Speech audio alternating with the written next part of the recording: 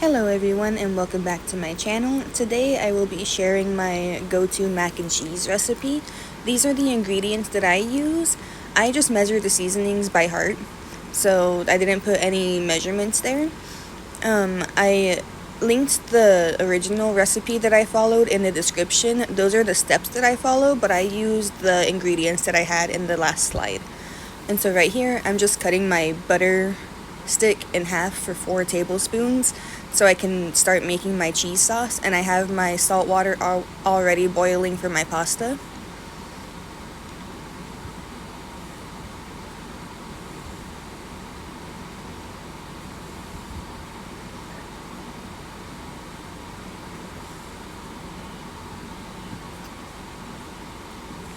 And we're saving that for later. And we'll just slowly melt down the butter. I never turned my burner above 4 whenever I was making the sauce. The key to making the sauce I learned whenever I was trying to make any sort of cheese sauce like this with a roux is to just do it really slow. You don't want to curdle the milk, you don't want to separate the butter and oils and all that. You don't want to burn it whenever the flour gets mixed in. So I've learned that for my stove, the highest I can do is a 4.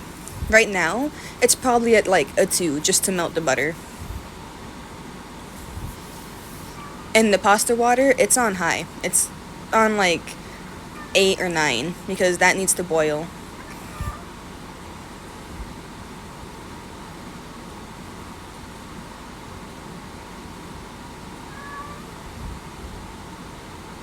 And I like to mix the butter around, that way it doesn't get like burned or anything. And there we go, it's all melted. And so now I'll add in 1/3 cup of flour. There it is. And I'm adding it in all at once, mixing it in so that it is fully incorporated and kind of like a paste texture. And then I'll let it cook for a minute or so.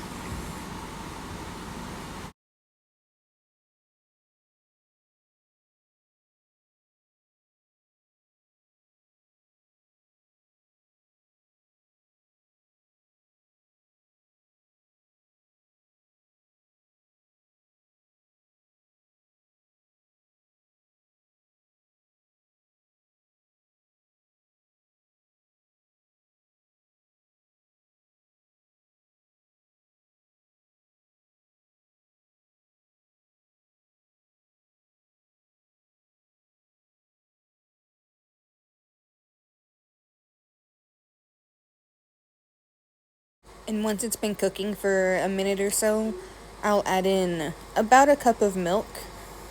There we go. And then I'll mix it together until that's fully incorporated. And if you're using a pot like I am, make sure you get in the corners. I usually use like a saucepan, but I wanted to see what it would be like with a pot like this. And then I'll add in the rest of the milk for a total of 3 cups.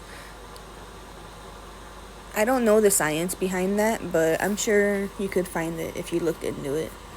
This is just the method that I have found works the best for me when I'm making my mac and cheese. Like, this recipe has been the go-to one.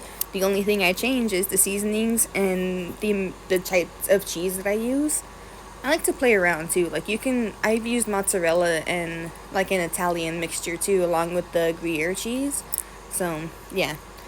And this is where you would add in any of your seasonings too. I'm adding in salt, and then I'll add in pepper. And I'm not measuring any of them. I'm going off vibes, man. I'm sorry. I just don't. See, I go back and add more.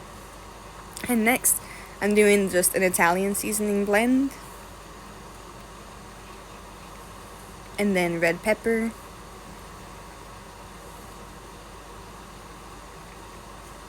Onion powder. Garlic powder.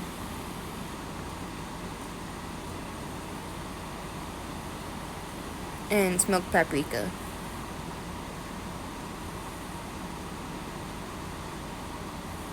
And I'll whisk it all together. And like I said, I still don't keep it above 4 for this part. I want to say I brought it up to maybe 3.5, give or take, right under 4. Because I just I didn't want it to get stuck to the bottom. I didn't want it to scorch. I didn't want it to do anything weird. So I kept it really low and whisked it every so often until it thickened. And then there I am adding in the pasta because the water started boiling. Mixing it around. And I mixed around the pasta every so often too, just to make sure it didn't stick to the bottom. Definitely feel like a witch right here. It's nice, and it's kind of why I like cooking. Pasta's done. Taking it away. And then this is the rest of that butter, and I just chopped it up into smaller cubes, and I'm adding it to the pasta pot. And adding butter to the pasta helps it not bloat as it's sitting and waiting, or even in the sauce. And bloating is when it gets all like big and mushy. So I prefer doing this, and that's why I do it.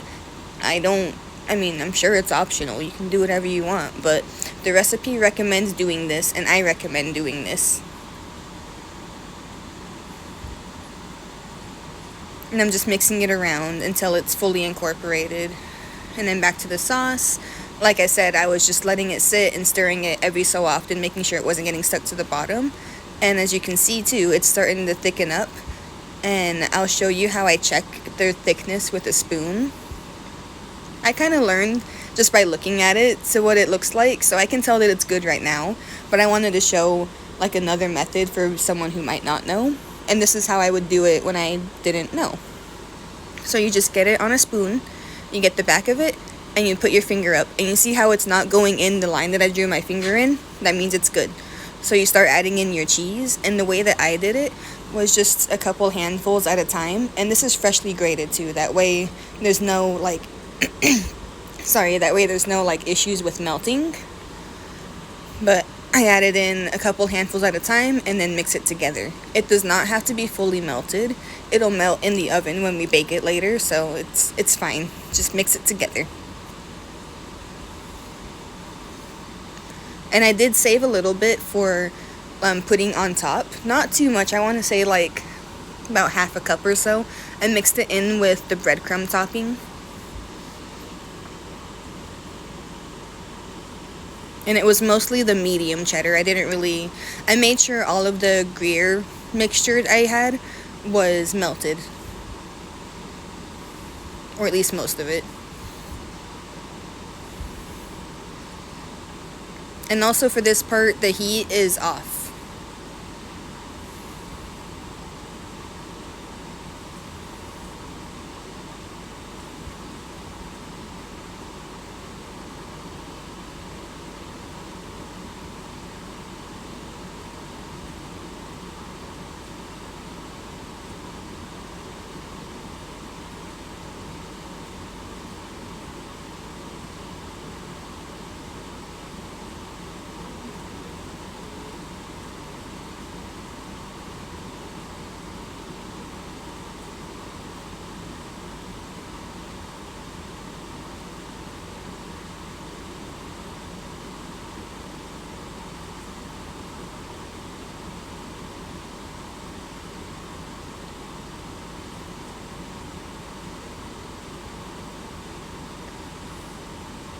Like when you have to like grab the whisk like that and kind of go in the maximum overdrive. It's always like, alright, down to business. Let's get this thing mixed.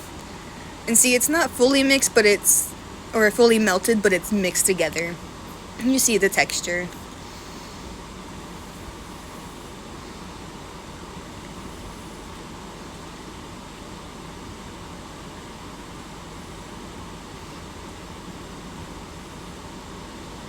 And my camera cut off, but once it was at the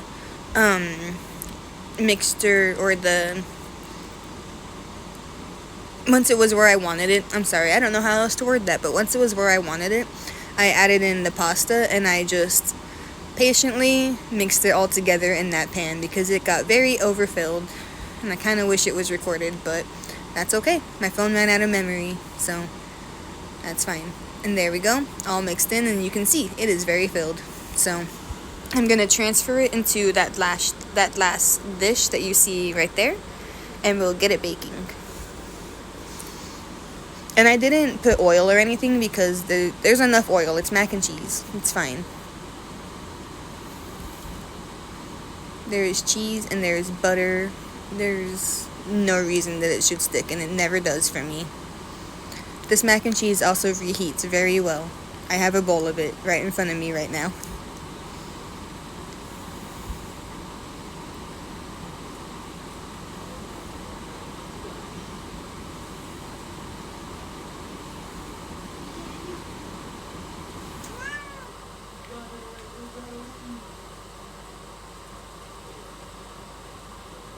What, mamas?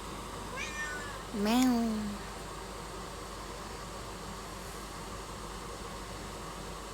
Alright, and then there's my panko breadcrumbs, and then there's about half a stick of butter, and I melted it together in the microwave. And then there she is before baking. I mixed in the panko breadcrumbs with the leftover cheese and sprinkled it on top with a spoon. You can use your fingers, do it however you want. There she is after being cooked for 20 minutes at 350. And then there she is after being broiled for about 5 minutes on low, just to give it a nice golden crust.